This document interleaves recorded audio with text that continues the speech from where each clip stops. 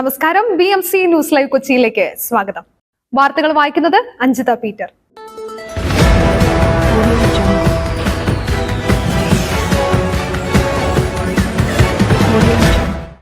ഈ വാർത്തകൾ നിങ്ങൾക്കായി അവതരിപ്പിക്കുന്നത് Cochin Kalabhavan Angamaly franchise, powered by hi life Thottakkattukara, Joshmall Mookkannoor, cleanser, BMC film production and Nazareth villas.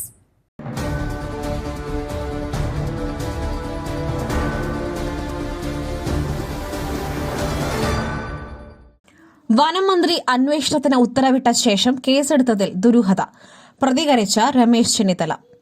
വനം വകുപ്പിന്റെ വ്യാജ പരാതിയിൽ 24 അതിരപ്പള്ളി റിപ്പോർട്ടർക്കെതിരെ പോലീസ് കേസെടുത്ത സംഭവത്തിൽ പ്രതികരിച്ച രമേശ് ചെന്നിത്തല. വനം മന്ത്രി അന്വേഷണത്തിന് ഉത്തരവിട്ട ശേഷം പോലീസ് കേസെടുത്തതിൽ ദുരൂഹത ഉണ്ടെന്ന് അദ്ദേഹം പറഞ്ഞു. ഇക്കാര്യത്തിൽ സ്വതന്ത്രവും നീതിയുക്തവുമായ അന്വേഷണം വേണം. സംസ്ഥാനത്ത് സമാനമായ കേസുകൾ വർദ്ധിക്കുന്നു. വനം വകുപ്പിന്റെ വീഴ്ച ചിത്രീകരിക്കുവാൻ ശ്രമിച്ചതിനാണ് ഈ നടപടിയെന്നും അദ്ദേഹം പറഞ്ഞു.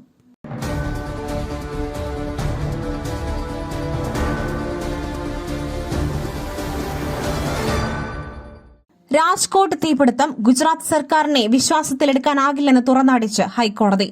രാജ്കോട്ട് ഗെയിമിംഗ് സെന്ററിലെ തീപിടുത്തത്തിൽ സംസ്ഥാന സർക്കാരിനെ വിശ്വാസത്തിലെടുക്കാനാകില്ലെന്ന് ഗുജറാത്ത് ഹൈക്കോടതിയുടെ വിമർശനം. കുഞ്ഞുങ്ങൾ ഉൾപ്പെടെ 32 പേരുടെ മരണത്തിനിടയാക്കിയ സംഭവത്തിൽ സർക്കാരിന്റെയും രാജ്കോട്ട് മുനിസിപ്പൽ കോർപ്പറേഷന്റെയും ഭാഗത്തുനിന്നുണ്ടായ വീഴ്ചകളെ സർക്കാർ രൂക്ഷമായി വിമർശിച്ചു.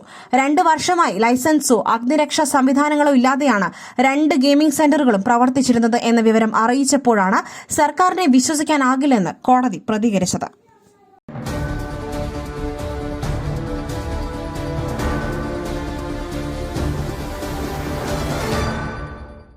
ആദ്യ 5 ഘട്ടം തിരഞ്ഞെടുപ്പ് കഴിഞ്ഞപ്പോൾ തന്നെ BJP 310 സീറ്റുകളിൽ വിജയം ഉറപ്പിച്ചെന്ന് കേന്ദ്ര ആഭ്യന്തരമന്ത്രി അമിത് ഷാ.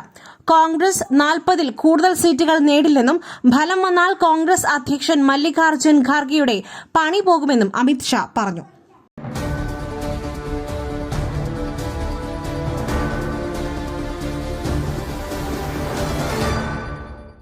വീട്ടുകാർക്കൊപ്പം പുഴ കാണാനെത്തി ഒഴുക്കിൽപ്പെട്ട് 3.5 വയസ്സുകാരന് ദാരുണാന്ത്യം.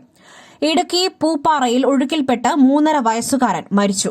പൂപ്പാറ കാവും ഭാഗം പുഞ്ചക്കരയിൽ രാഹുലിന്റെ മകൻ ശ്രീനന്ദാണ് മരിച്ചത്. ബന്ധുക്കൾക്കും വീട്ടുകാർക്കുമൊപ്പം പുഴ കാണാനായി പോയപ്പോഴാണ് അപകടമുണ്ടായത്. പാറയിൽ നിന്നും തെന്നി പന്നിയാർ പുഴയിലേക്ക് വീഴുകയായിരുന്നു.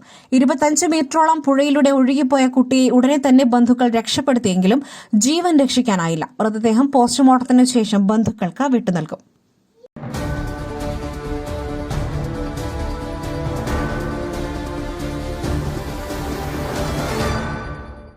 അങ്കമാലിയിൽ പോലീസിന് ഗുണ്ടയുടെ വിരുന്ന്.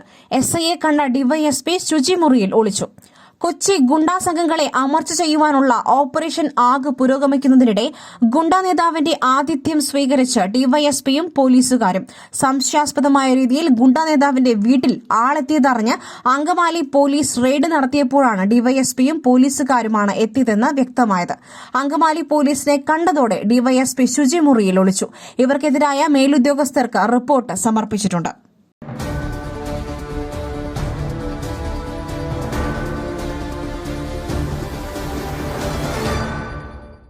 ഇടതുമുന്നണി സർക്കാരിന്റെ മദ്യനയം മാപ്പർഹിക്കാത്ത ജനവഞ്ചനയെന്ന് VM സുധീരൻ.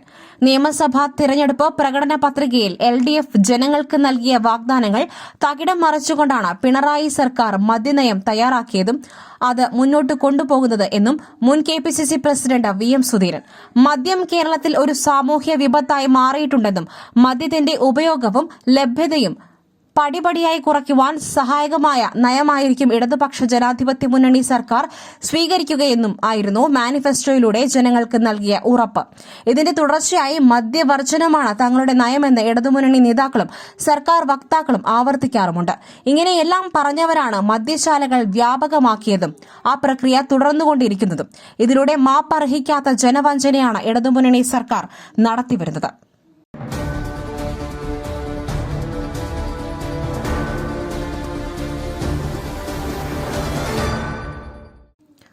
ആഭ്യന്തര വകുപ്പിനെ നിയന്ത്രിക്കുന്നത് മുഖ്യമന്ത്രിയല്ല, ഉപജാപക സംഘമാണ് പ്രതിപക്ഷ നേതാവ്.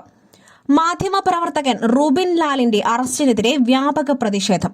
സംഭവത്തെ അപലപിച്ച വി.ഡി. സതീശൻ മുഖ്യമന്ത്രിക്കും ആഭ്യന്തര വകുപ്പിനുമെതിരെ രംഗത്തെത്തി.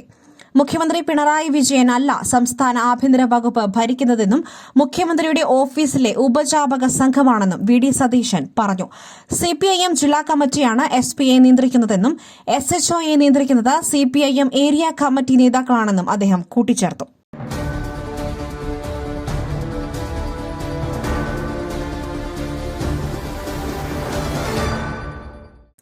പിടിയിലായവർ ശ്രമിച്ചത് 12-കാരിയെ കൊൽക്കത്തയിലേക്ക് കടത്തുവാൻ. ആലുവയിൽ നിന്നും കാണാതായ 12 വയസ്സുകാരിക്കൊപ്പം കണ്ടെത്തിയ 2 പേർക്കെതിരെ പോക്സോ തട്ടിക്കൊണ്ടുപോകൽ വകുപ്പുകൾ ചുമത്തും. കുട്ടിയുടെ സുഹൃത്തിനെയും ഇയാളുടെ ബന്ധുവിനെയുമാണ് കേസിൽ പോലീസ് പിടികൂടിയത്.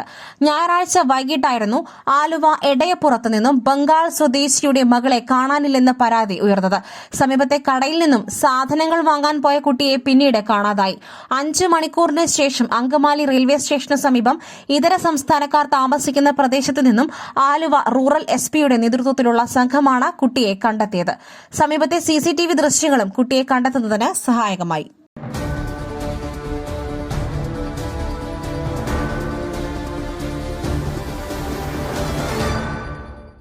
മാസപ്പടി കേസ് CMRL ജീവനക്കാർ നൽകിയ ഹർജി അപക്വമെന്ന് ED ഹൈക്കോടതിയിൽ. മാസപ്പടി കേസിലെ ED അന്വേഷണം റദ്ദാക്കണമെന്നാവശ്യപ്പെട്ട് CMRL ജീവനക്കാർ നൽകിയ ഹർജി അപക്വമെന്ന് എൻഫോഴ്സ്മെന്റ് ഡയറക്ടറേറ്റ്. ECIR റദ്ദാക്കണമെന്ന് ആവശ്യപ്പെടാനാകില്ലെന്നും ഇതുവഴി ആരും കുറ്റക്കാരനാകുന്നില്ലെന്നും കേന്ദ്ര ഏജൻസി സത്യവാങ്മൂലത്തിലൂടെ അറിയിച്ചു. ചട്ടങ്ങൾ പാലിച്ചാണ് പ്രവർത്തിച്ചിരുന്നതെന്ന CMRL കമ്പനിയുടെ വാദം ശരിയല്ലെന്നും മറുപടിയിൽ ED വ്യക്തമാക്കി.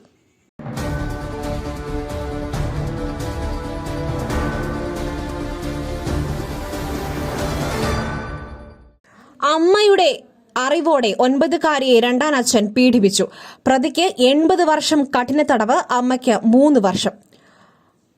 പട്ടാമ്പിയിൽ പ്രായപൂർത്തിയാകാത്ത പെൺകുട്ടിക്ക് നേരെ അമ്മമ്മയുടെ അറിവോടെ രണ്ടാനച്ഛൻ ഗുരുതരമായ ലൈംഗികാതിക്രമം നടത്തിയെന്ന കേസിൽ പ്രതിക്ക് 80 വർഷം കഠിന തടവും 2 ലക്ഷം രൂപ പിഴയും വിധിച്ച് കോടതി. കേസിൽ പെൺകുട്ടിയുടെ അമ്മായിക്ക് 3 വർഷം തടവും 1 ലക്ഷം രൂപ പിഴയും വിധിച്ചിട്ടുണ്ട്. പട്ടാമ്പി പോക്സോ അതിവേഗ കോടതി ജഡ്ജി രാമു നമ്മൾ ചന്ദ്രഭാനുവാണ് ശിക്ഷ വിധിച്ചത്. 2023 കേസിനാസ്പദമായ സംഭവം നടന്നത്.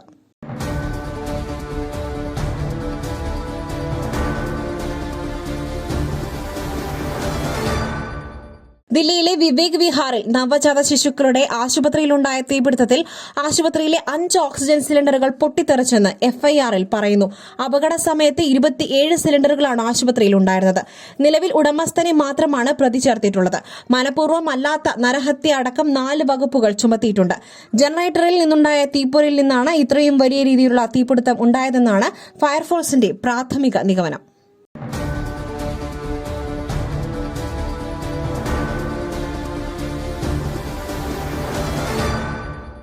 മറ്റൊരു വാർത്തയുമായി കണ്ടുമുട്ടുന്നതുവരെ നന്ദി, നമസ്കാരം.